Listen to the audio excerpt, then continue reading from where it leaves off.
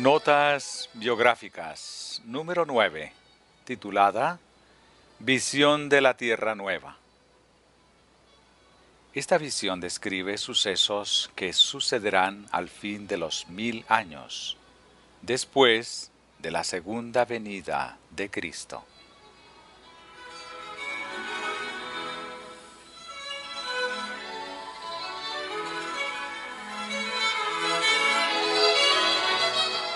Encabezados por Jesús, todos descendimos desde la ciudad hacia esta tierra, sobre un monte muy grande, que no pudo soportar a Jesús y se partió dando lugar a una enorme llanura. Luego miramos hacia arriba y vimos la gran ciudad, con 12 fundamentos y con 12 puertas, 3 de cada lado, y con un ángel en cada puerta. Todos exclamamos: «Ya desciende la ciudad, la gran ciudad, viene de Dios y del cielo». Y la ciudad descendió, y se estableció sobre la llanura en la que nos encontrábamos. Luego comenzamos a contemplar las cosas gloriosas que había dentro de ella. Vi casas muy hermosas que parecían de plata, soportadas por 4 columnas engarzadas con perlas.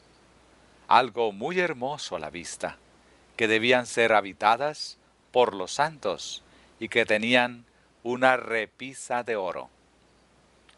Vi a numerosos santos entrar en las casas, quitarse sus brillantes coronas y colocarlas en la repisa, y luego salir al campo que rodeaba las casas para hacer algo con la tierra.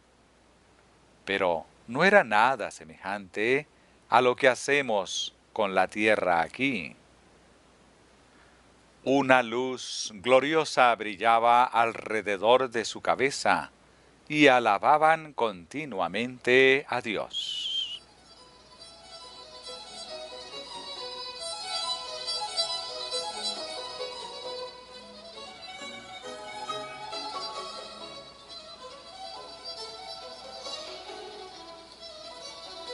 Vi además otro campo lleno de flores, y al cortarlas exclamé: «No se marchitarán».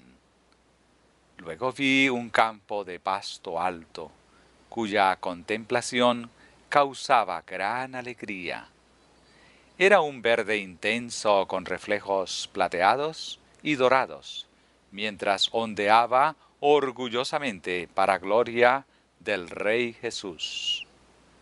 Luego entramos en un campo lleno de toda clase de animales: leones, corderos, leopardos y lobos, todos juntos en perfecta armonía. Pasamos en medio de ellos y nos siguieron pacíficamente.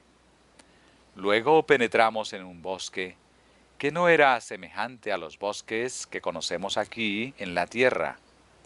En cambio era un lugar iluminado y lleno de gloria. Las ramas de los árboles se mecían, y todos exclamamos: «Y habitarán en el desierto con seguridad, y dormirán en los bosques». Ezequiel 34:25. Pasamos a través de los bosques porque íbamos en camino al monte de Sión.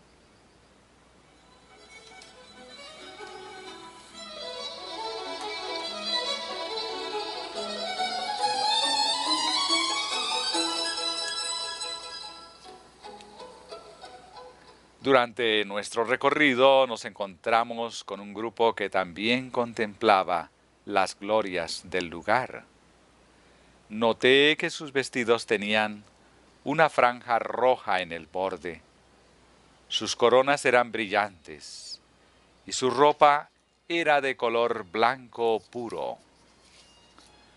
Al saludarlos, le pregunté a Jesús quiénes eran. Contestó que eran mártires que habían muerto por él Los acompañaba un grupo muy numeroso de niños, y también ellos tenían sus vestidos con una franja roja.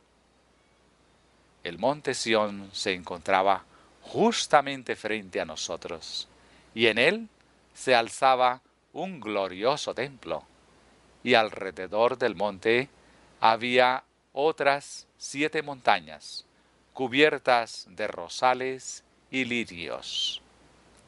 Vi a los niños subir a esas montañas, si así lo deseaban, usar sus alitas y volar a la cumbre de las montañas, y allí cortar flores que nunca se marchitarán. Había toda clase de árboles alrededor del templo para hermosear el lugar: los bojes, los pinos, los abetos, los olivos, los mirtos, los granados, y las higueras se inclinaban con el peso de los higos. Todo esto hacía que el lugar se viera magnífico.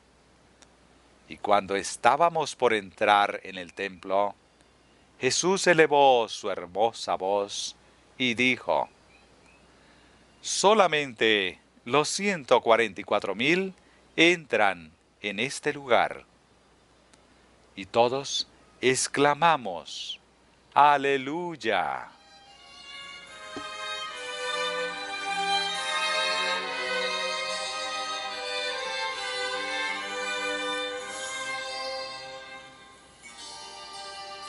Este templo estaba sostenido por 7 magníficas columnas, todas ellas de oro transparente y engarzadas con perlas. No puedo describir las cosas hermosas que vi allí. Oh, si pudiera hablar en el lenguaje de Canaán, entonces podría describir algo de la gloria del mundo mejor. Vi allí mesas de piedra en las que los nombres de los 144,000 se encontraban esculpidos con letras de oro.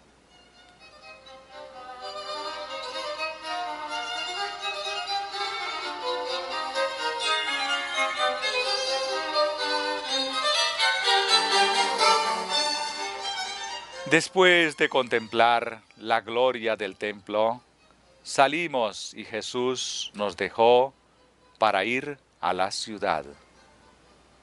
Pronto escuchamos nuevamente su hermosa voz que decía: venid, pueblo mío, porque habéis pasado por gran tribulación, y habéis hecho mi voluntad, y sufrido por mí. Venid a la cena. Yo me ceñiré y os serviré. Exclamamos: ¡Aleluya! Y entramos en la ciudad. Vi allí una mesa de plata pura que tenía muchos kilómetros de longitud, y sin embargo nuestros ojos podían ver hasta el extremo. Vi el fruto del árbol de la vida, el maná, almendras, higos, granadas, uvas y muchas otras frutas. Le dije a Jesús que me dejara comer. Él me contestó: ahora no. Los que comen de esta fruta no vuelven más a la tierra. Pero dentro de poco tiempo, si eres fiel, comerás del fruto del árbol de la vida y beberás del agua de la fuente. Tú debes volver a la tierra y relatar a otros lo que te he revelado. Luego un ángel me condujo suavemente a este mundo oscuro. A veces pienso que ya no puedo permanecer durante más tiempo aquí en la tierra, porque todas las cosas me parecen tan tristes y deprimentes. Me siento muy sola aquí, porque he visto una tierra mejor. Ojalá pudiera tener alas como una paloma, porque entonces podría volar lejos al lugar de reposo.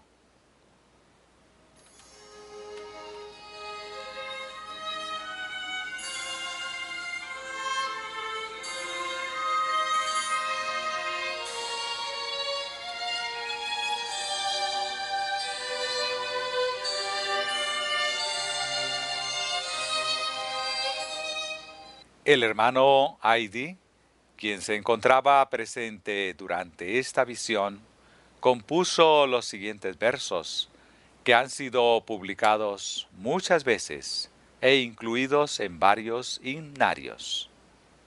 Quienes los han publicado, leído y cantado, probablemente no saben que se originaron en una visión de una niña que era perseguida por su humilde testimonio.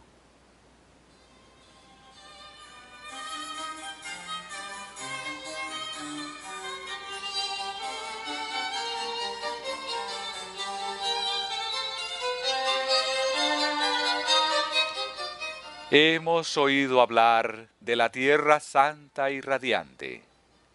Hemos escuchado y nuestros corazones se regocijan, porque éramos un grupo solitario de peregrinos, fatigados, rendidos y tristes.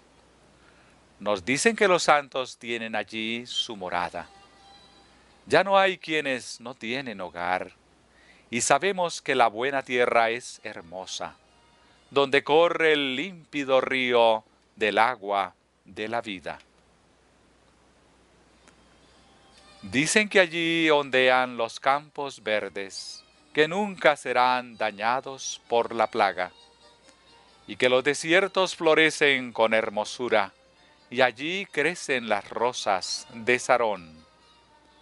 En los verdes bosques hay bellas aves, de cantos alegres y dulces, y sus trinos brotan siempre nuevos. Saludan la música de arpa de los ángeles. Hemos oído de las palmas, los vestidos y las coronas, banda blanca de plateado resplandor, de la hermosa ciudad con puertas perlinas, radiante de luz. Hemos oído de los ángeles que allí moran, los santos, con sus arpas de oro, y cómo cantan. Del monte, con el árbol de la vida y sus frutos, de las hojas que dan sanidad. El rey de ese país es hermoso, es el gozo y la luz del lugar. Allí lo contemplaremos en su hermosura y nos complaceremos viendo su rostro sonriente. Estaremos allí dentro de poco. Nos uniremos con los puros y los bendecidos. Tendremos la palma, el vestido y la corona, y reposaremos para siempre.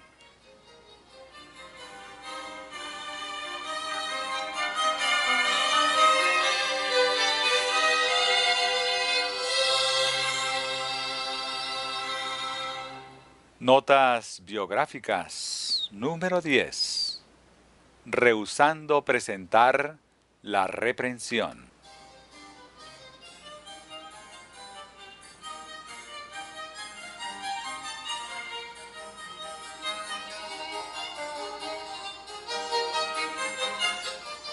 Por este tiempo fui sometida a una severa prueba.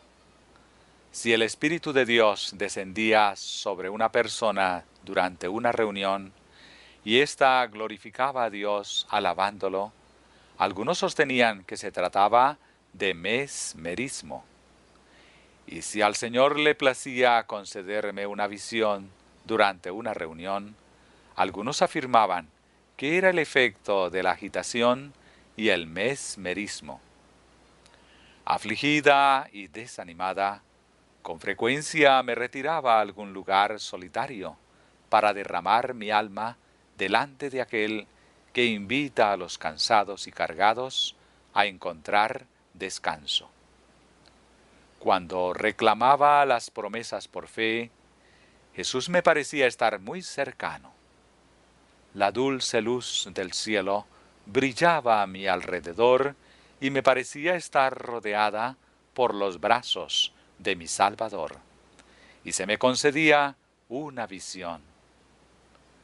Pero cuando relataba lo que Dios me había revelado a mí sola, donde ninguna influencia terrenal podía afectarme, me sentía afligida y asombrada al escuchar que algunos sugerían que los que vivían más cerca de Dios estaban más expuestos a ser engañados por Satanás.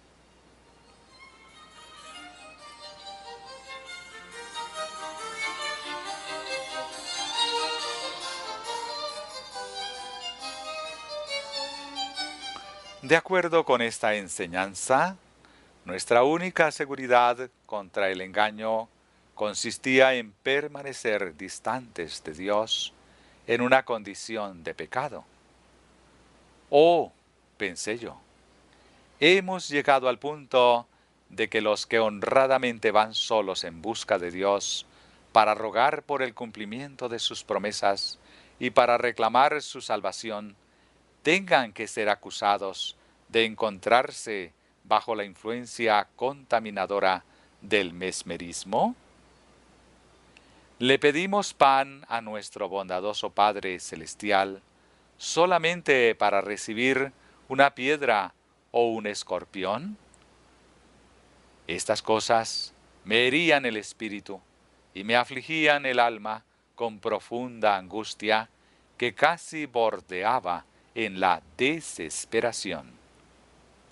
Muchas personas querían que yo creyera que no existía el Espíritu Santo y que todas las manifestaciones experimentadas por los santos hombres de Dios eran únicamente el efecto del mesmerismo o del engaño de Satanás.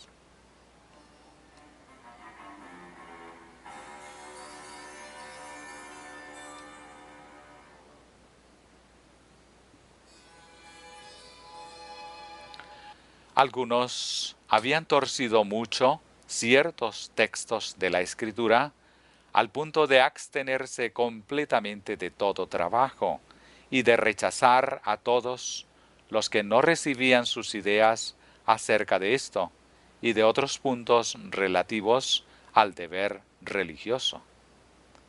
Dios me reveló estos errores en visión y me envió a instruir a sus hijos que habían caído en el error.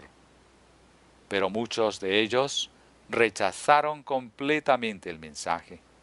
Me acusaron de fanatismo y me presentaron falsamente como líder del fanatismo que me esforzaba constantemente por contrarrestar.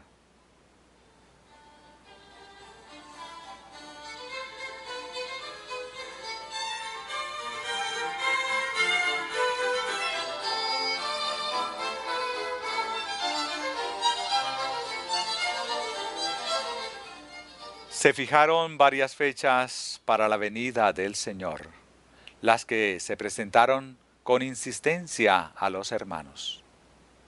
Pero el Señor me reveló que éstas no se cumplirían, porque primero debía transcurrir el tiempo de angustia antes de la venida de Cristo.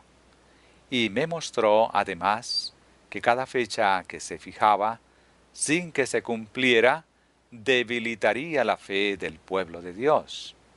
Debido a esto, me acusaron de ser el siervo malo, que dijo: mi Señor se tarda en venir. Mateo 24, 48.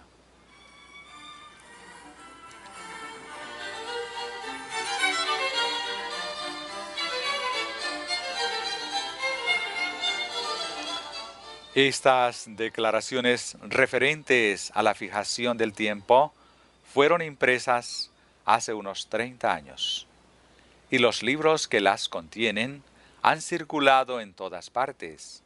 Sin embargo, algunos ministros que pretenden conocerme bien declaran que yo he establecido una fecha tras otra para la venida del Señor, y que esas fechas han pasado sin cumplirse, y que por lo tanto mis visiones son falsas. Indudablemente que estas falsas declaraciones son recibidas por muchas personas como si fueran verdad.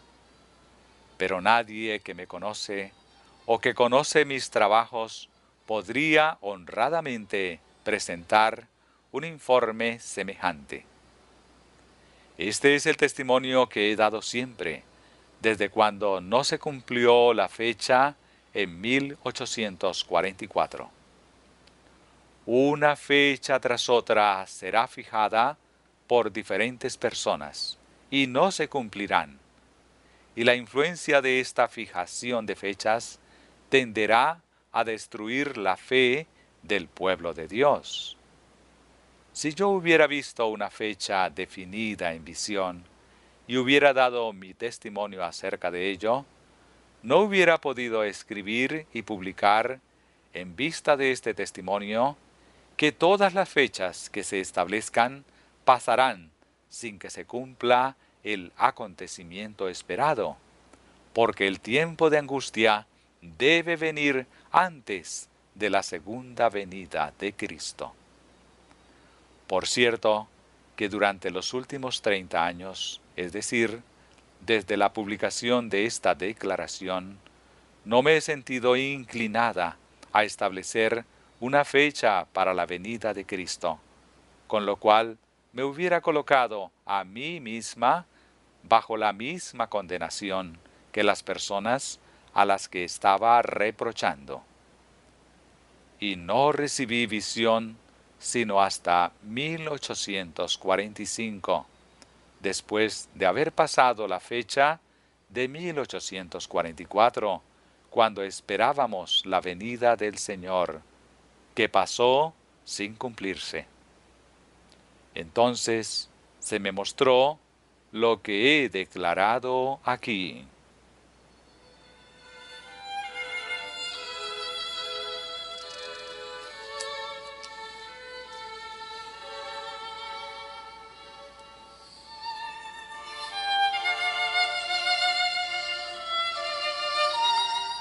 ¿Y acaso no se ha cumplido este testimonio en todos sus detalles? Los adventistas del primer día han establecido una fecha tras otra, y a pesar de los repetidos fracasos, han reunido valor para fijar nuevas fechas. Dios no los ha guiado en esto. Muchos de ellos han rechazado el verdadero tiempo profético y han ignorado el cumplimiento de la profecía debido a que la fecha de la venida fijada para 1844 pasó sin cumplirse y no trajo el acontecimiento esperado. Rechazaron la verdad y el enemigo ha tenido poder para traer sobre ellos poderosos engaños a fin de que crean una mentira. La gran prueba del tiempo ocurrió en 1843 y en 1844, y todos los que han fijado una fecha para la segunda venida a partir de entonces se han estado engañando a sí mismos y engañando a los demás.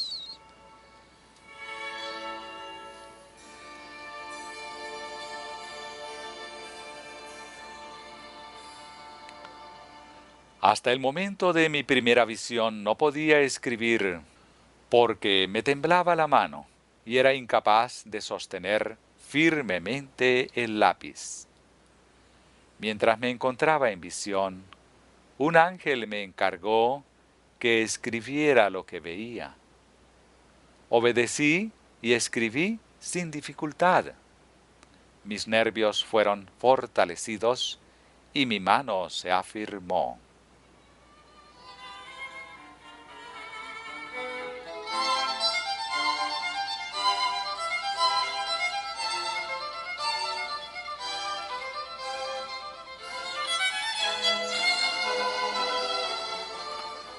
Fue para mí una penosa cruz referir a las personas que se encontraban en error lo que se me había mostrado acerca de ellas. Me causaba un gran pesar ver a otros preocupados o afligidos, y cuando me veía obligada a declarar los mensajes, con frecuencia los suavizaba y los hacía aparecer tan favorables para la persona como me era posible, y luego me retiraba y lloraba en agonía de espíritu. Consideraba a los que debían preocuparse únicamente por sus propias almas, y pensaba que si yo me encontraba en su condición, no me quejaría. Me resultaba difícil dar los testimonios claros y cortantes que Dios me había encargado que presentara. Observaba ansiosamente para ver cuáles serían los resultados y si las personas reprochadas se rebelaban contra la reprensión y después de eso se oponían a la verdad. Estos interrogantes se presentaban en mi mente. ¿Presenté el mensaje en la forma debida? ¿No habría podido encontrarse alguna forma de salvarlos?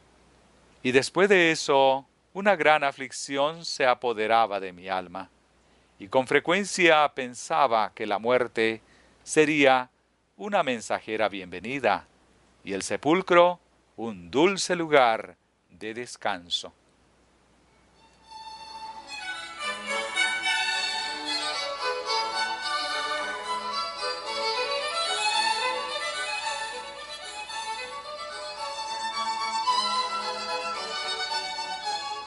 No comprendía el peligro y el pecado de ese proceder hasta que en visión fui llevada ante la presencia de Jesús.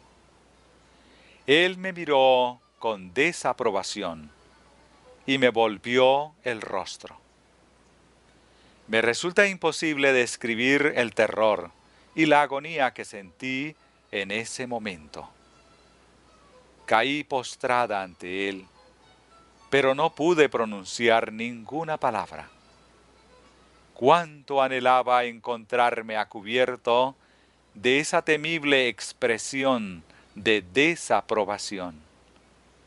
Así pude comprender en cierto grado lo que serán los sentimientos de los que se pierdan cuando exclamen: montes y peñas, caed sobre nosotros y escondednos del rostro de aquel que está sentado sobre el trono y de la ira del Cordero. Apocalipsis 6, 16.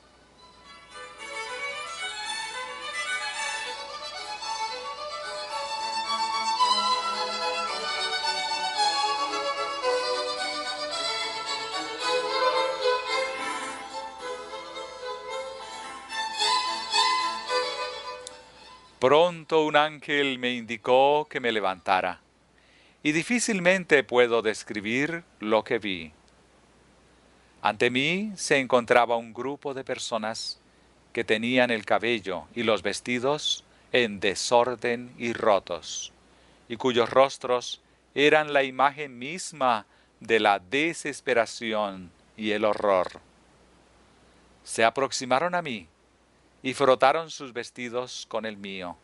Al mirar mi vestido, vi que estaba manchado con sangre. Volví a caer como muerta a los pies de mi ángel acompañante. No pude presentar una sola excusa y anhelé encontrarme lejos de ese lugar santo. El ángel me ayudó a levantarme y me dijo: este no es tu caso en este momento, pero se te ha mostrado esta escena para que sepas lo que llegará a ser tu situación si dejas de declarar a otros lo que el Señor te ha revelado. Pero si eres fiel hasta el fin, comerás del árbol de la vida y beberás de las aguas del río de la vida. Tendrás que sufrir mucho, pero la gracia de Dios te será suficiente. Después de eso me sentí dispuesta a hacer todo lo que el Señor requiriera de mí para tener su aprobación y no experimentar el temible desagrado de Jesús.